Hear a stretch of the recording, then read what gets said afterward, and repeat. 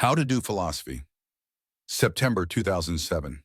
In high school, I decided I was going to study philosophy in college. I had several motives, some more honorable than others. One of the less honorable was to shock people. College was regarded as job training where I grew up, so studying philosophy seemed an impressively impractical thing to do, sort of like slashing holes in your clothes or putting a safety pin through your ear, which were other forms of impressive impracticality than just coming into fashion. But I had some more honest motives as well. I thought studying philosophy would be a shortcut straight to wisdom. All the people majoring in other things would just end up with a bunch of domain knowledge. I would be learning what was really what. I tried to read a few philosophy books, not recent ones. You wouldn't find those in our high school library. But I tried to read Plato and Aristotle. I doubt I believed I understood them, but they sounded like they were talking about something important. I assumed I'd learn what in college. The summer before senior year, I took some college classes. I learned a lot in the calculus class, but I didn't learn much in Philosophy 101. And yet my plan to study philosophy remained intact. It was my fault I hadn't learned anything. I hadn't read the books we were assigned carefully enough. I'd give Berkeley's Principles of Human Knowledge another shot in college. Anything so admired and so difficult to read must have something in it, if one could only figure out what. 26 years later, I still don't understand Berkeley. I have a nice edition of his collected works. Will I ever read it? Seems unlikely. The difference between then and now is that now I understand why Berkeley is probably not worth trying to understand. I think I see now what went wrong with philosophy and how we might fix it. Words, I did end up being a philosophy major for most of college. It didn't work out as I'd hoped. I didn't learn any magical truths compared to which everything else was mere domain knowledge. But I do at least know now why I didn't. Philosophy doesn't really have a subject matter in the way math or history or most other university subjects do. There is no core of knowledge one must master. The closest you come to that is a knowledge of what various individual philosophers have said about different topics over the years. Few were sufficiently correct that people have forgotten who discovered what they discovered. Formal logic has some subject matter. I took several classes in logic. I don't know if I learned anything from them. It does seem to me very important to be able to flip ideas around in one's head, to see when two ideas don't fully cover the space of possibilities, or when one idea is the same as another, but with a couple things changed. But did studying logic teach me the importance of thinking this way, or make me any better at it? I don't know. There are things I know I learned from studying philosophy. The most dramatic I learned immediately, in the first semester of freshman year, in a class taught by Sidney Shoemaker. I learned that I don't exist. I am, and you are, a collection of cells that lurches around driven by various forces and calls itself I. But there's no central, indivisible thing that your identity goes with. You could conceivably lose half your brain and live, which means your brain could conceivably be split into two halves and each transplanted into different bodies. Imagine waking up after such an operation. You have to imagine being two people. The real lesson here is that the concepts we use in everyday life are fuzzy and break down if pushed too hard. Even a concept as dear to us as I. It took me a while to grasp this, but when I did, it was fairly sudden, like someone in the 19th century grasping evolution and realizing the story of creation they'd been told as a child was all wrong. Outside of math, there's a limit to how far you can push words. In fact, it would not be a bad definition of math to call it the study of terms that have precise meanings. Everyday words are inherently imprecise. They work well enough in everyday life that you don't notice. Words seem to work just as Newtonian physics seems to, but you can always make them break if you push them far enough. I would say that this has been, unfortunately for philosophy, the central fact of philosophy. Most philosophical debates are not merely afflicted by, but driven by confusions over words. Do we have free will? Depends what you mean by free. Do abstract ideas exist? Depends what you mean by exist. Wittgenstein is popularly credited with the idea that most philosophical controversies are due to confusions over language. I'm not sure how much credit to give him. I suspect a lot of people realize this, but reacted simply by not studying philosophy, rather than becoming philosophy professors. How did things get this way? Can something people have spent thousands of years studying really be a waste of time? Those are interesting questions. In fact, some of the most interesting questions you can ask about philosophy. The most valuable way to approach the current philosophical tradition may be neither to get lost in pointless speculations like Berkeley, nor to shut them down like Wittgenstein, but to study it as an example of reason gone wrong. History of Western philosophy really begins with Socrates, Plato, and Aristotle. What we know of their predecessors comes from fragments and references in later works. Their doctrines could be described as speculative cosmology that occasionally strays into analysis. Presumably, they were driven by whatever makes people in every other society invent cosmologies. With Socrates, Plato, and particularly Aristotle, this tradition turned a corner. There started to be a lot more analysis. I suspect Plato and Aristotle were encouraged in this by progress in math. Mathematicians had by then shown that you could figure things out in a much more conclusive way than by making up fine-sounding stories about them. People talk so much about abstractions now that we don't realize what a leap it must have been when they first started to. It was presumably many thousands of years between when people first started describing things as hot or cold and when someone asked, "What is heat?" No doubt it was a very gradual process.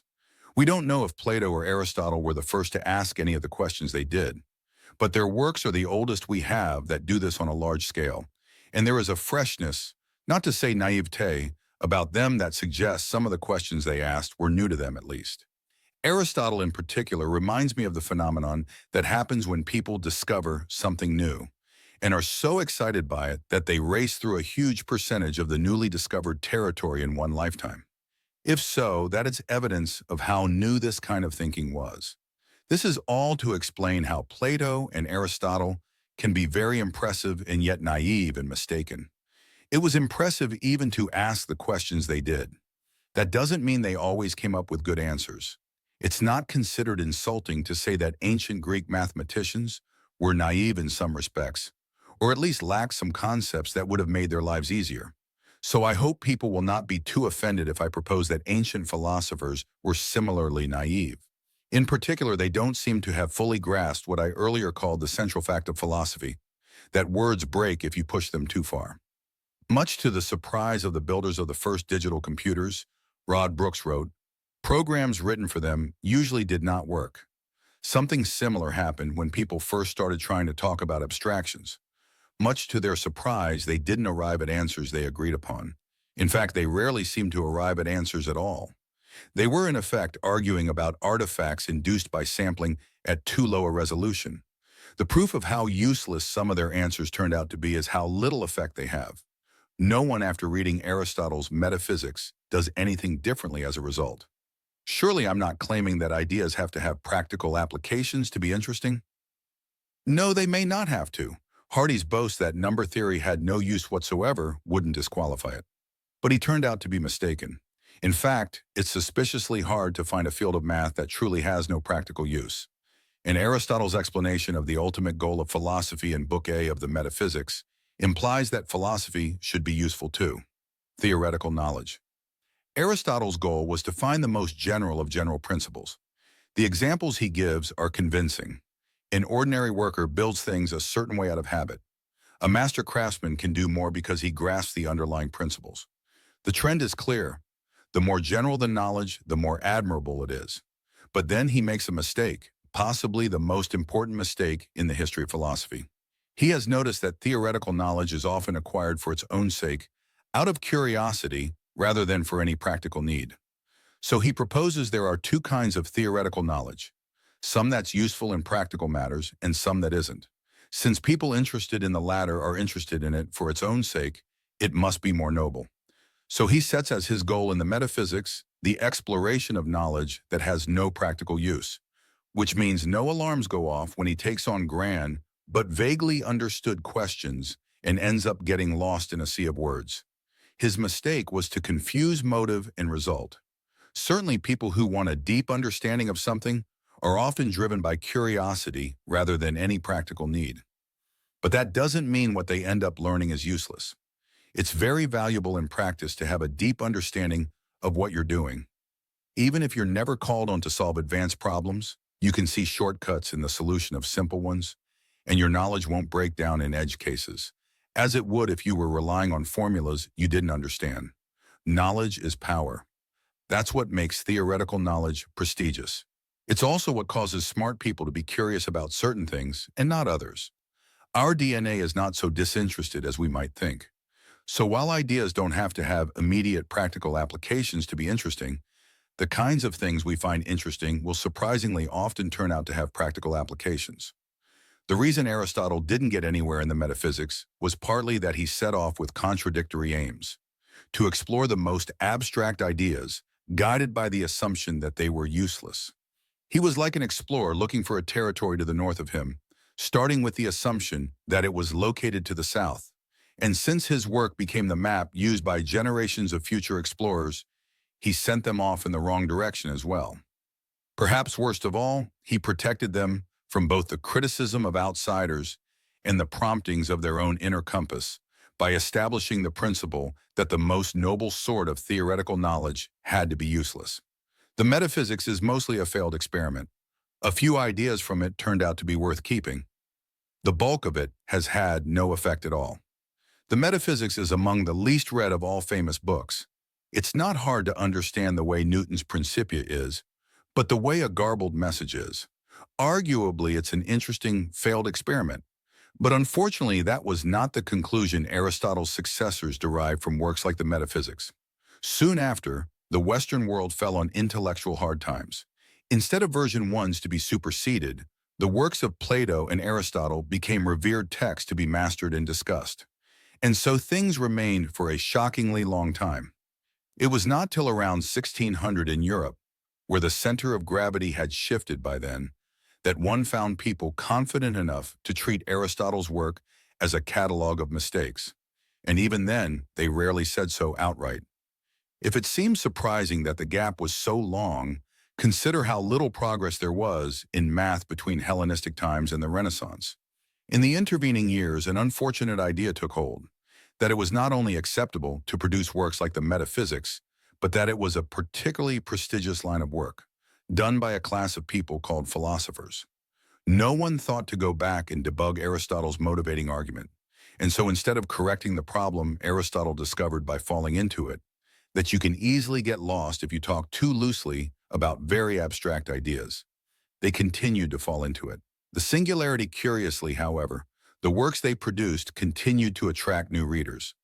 Traditional philosophy occupies a kind of singularity in this respect. If you write in an unclear way about big ideas, you produce something that seems tantalizingly attractive to inexperienced but intellectually ambitious students. Till one knows better, it's hard to distinguish something that's hard to understand because the writer was unclear in his own mind from something like a mathematical proof that's hard to understand because the ideas it represents are hard to understand. To someone who hasn't learned the difference, traditional philosophy seems extremely attractive, as hard and therefore impressive as math, yet broader in scope. That was what lured me in as a high school student. This singularity is even more singular in having its own defense built in. When things are hard to understand, people who suspect they're nonsense generally keep quiet. There's no way to prove a text is meaningless.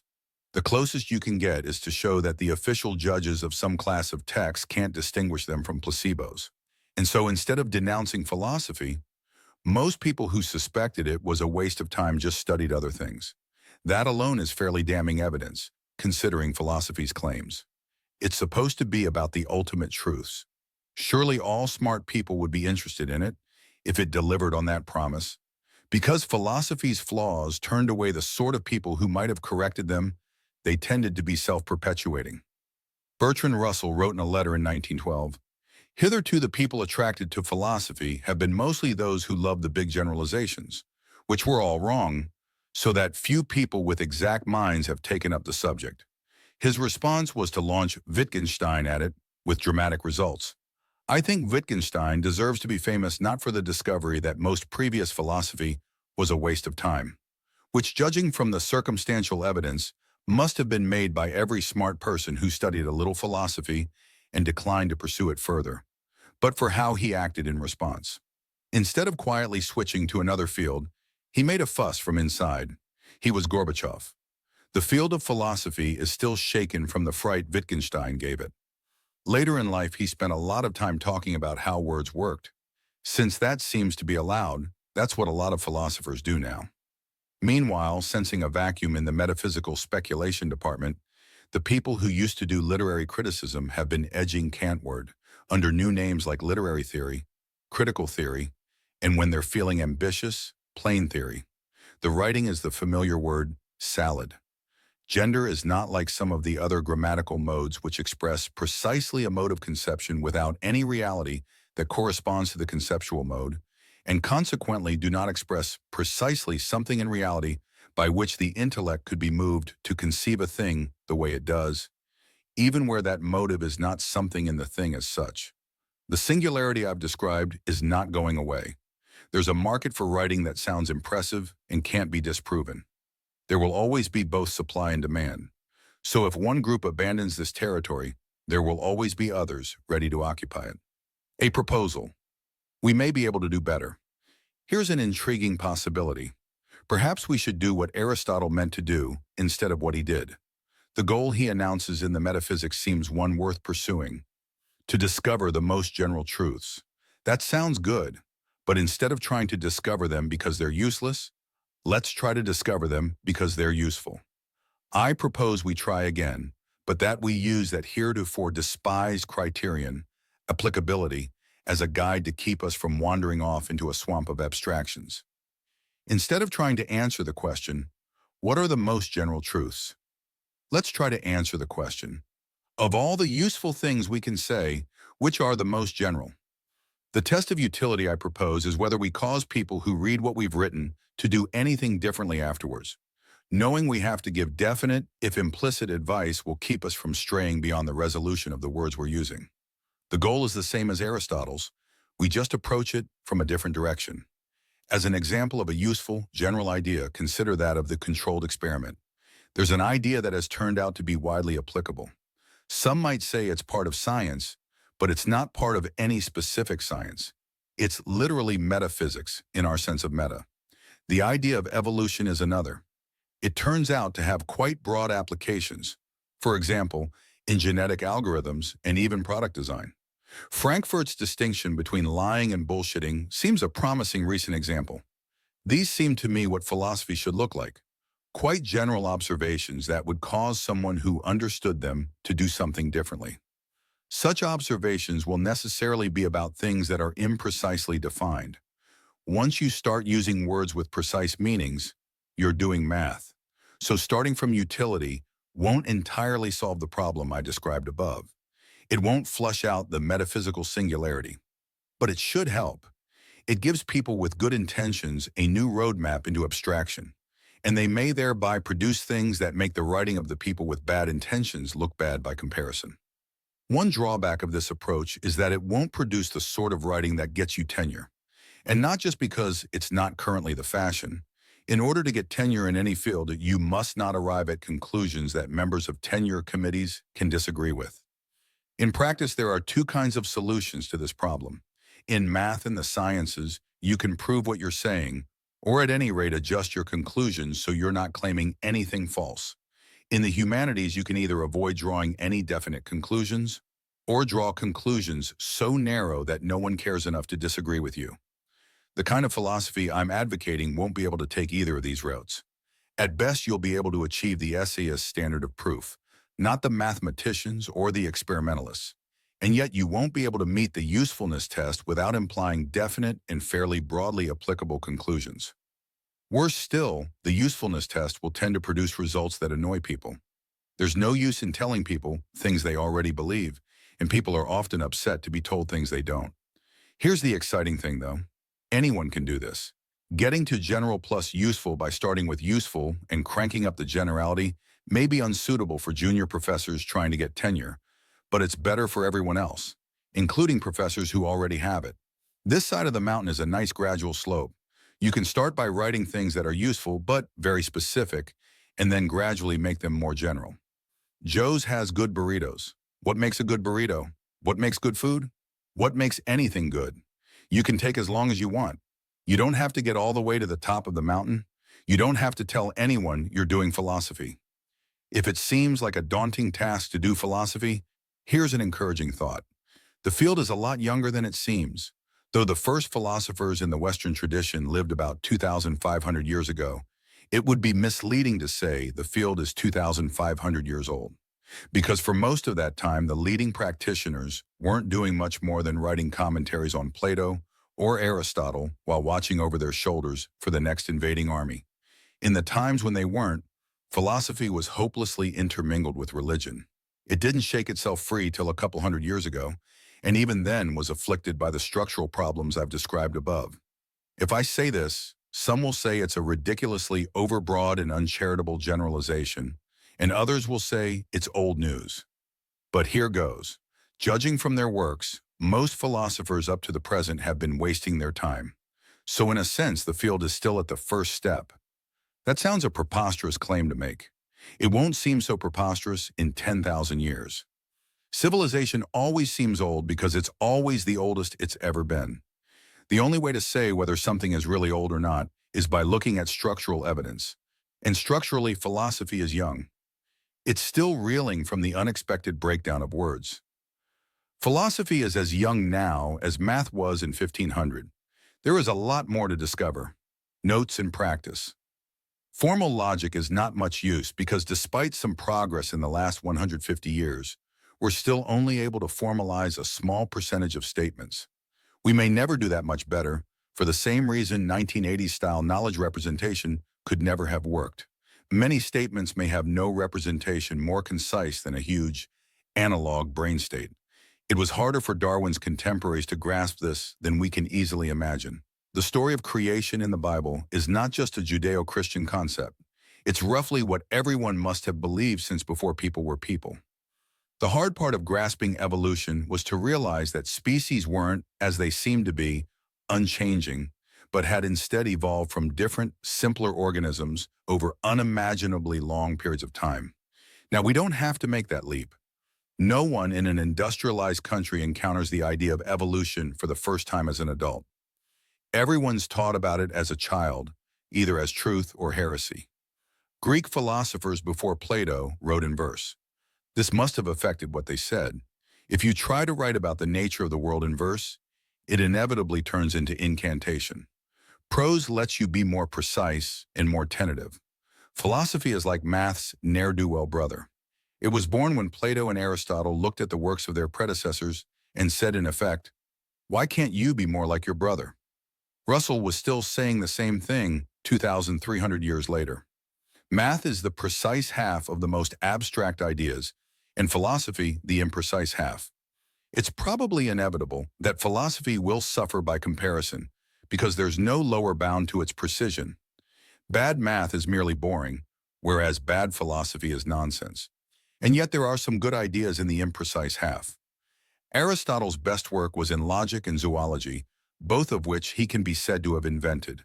But the most dramatic departure from his predecessors was a new, much more analytical style of thinking. He was arguably the first scientist. Brooks, Rodney, Programming in Common. Lisp Wiley, 1985, page 94.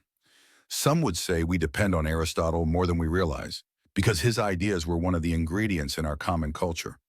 Certainly a lot of the words we use have a connection with Aristotle, but it seems a bit much to suggest that we wouldn't have the concept of the essence of something or the distinction between matter and form if Aristotle hadn't written about them.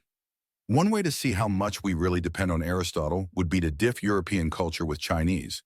What ideas did European culture have in 1800 that Chinese culture didn't, in virtue of Aristotle's contribution? The meaning of the word philosophy has changed over time.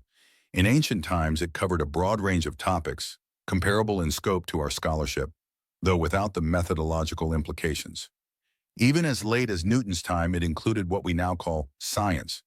But core of the subject today is still what seemed to Aristotle the core, the attempt to discover the most general truths. Aristotle didn't call this metaphysics. That name got assigned to it because the books we now call the metaphysics came after the physics in the standard edition of Aristotle's works, compiled by Andronicus of Rhodes 3 centuries later. What we call metaphysics, Aristotle called first philosophy. Some of Aristotle's immediate successors may have realized this, but it's hard to say because most of their works are lost. Sokal, Allen, Transgressing the Boundaries, Toward a Transformative Hermeneutics of Quantum Gravity. Social Text 46/47, pages 217 to 252. Abstract-sounding nonsense seems to be most attractive when it's aligned with some axe the audience already has to grind. If this is so, we should find it's most popular with groups that are, or feel weak. The powerful don't need its reassurance. Letter to Adeline Morell, December 1912. Quoted in Monk, Ray, Ludwig Wittgenstein, The Duty of Genius, Penguin, 1991, page 75. A preliminary result that all metaphysics between Aristotle and 1783 had been a waste of time is due to where Kant Wittgenstein asserted a sort of mastery to which the inhabitants of early 20th century Cambridge seemed to have been peculiarly vulnerable, perhaps partly because so many had been raised religious and then stopped believing. So had a vacant space in their heads for someone to tell them what to do. Others chose Marx or Cardinal Newman, and partly because a quiet, earnest place like Cambridge in that era had no natural immunity to messianic figures, just as European politics then had no natural immunity to dictators. This is actually from the Ordinatio of Duns Scotus, circa 1300, with number replaced by gender, plus CA change, Wolter, Allen, Trans, Duns Scotus, Philosophical Writings, Nelson, 1963, page 92. Frankfurt, Harry, on Bullshit, Princeton University Press, 2005. Some introductions to philosophy now take the line that philosophy is worth studying as a process rather than for any particular truths you'll learn. The philosophers whose works they cover would be rolling in their graves at that. They hoped they were doing more than serving as examples of how to argue. They hoped they were getting results. Most were wrong, but it doesn't seem an impossible hope. This argument seems to me like someone in 1500 looking at the lack of results achieved by alchemy and saying its value was as a process. No, they were going about it wrong. It turns out it is possible to transmute lead into gold, though not economically at current energy prices. But the route to that knowledge was to backtrack and try another approach. Thanks to Trevor Blackwell, Paul Buchheit, Jessica Livingston, Robert Morris, Mark Nitzberg, and Peter Norvig for reading drafts of this.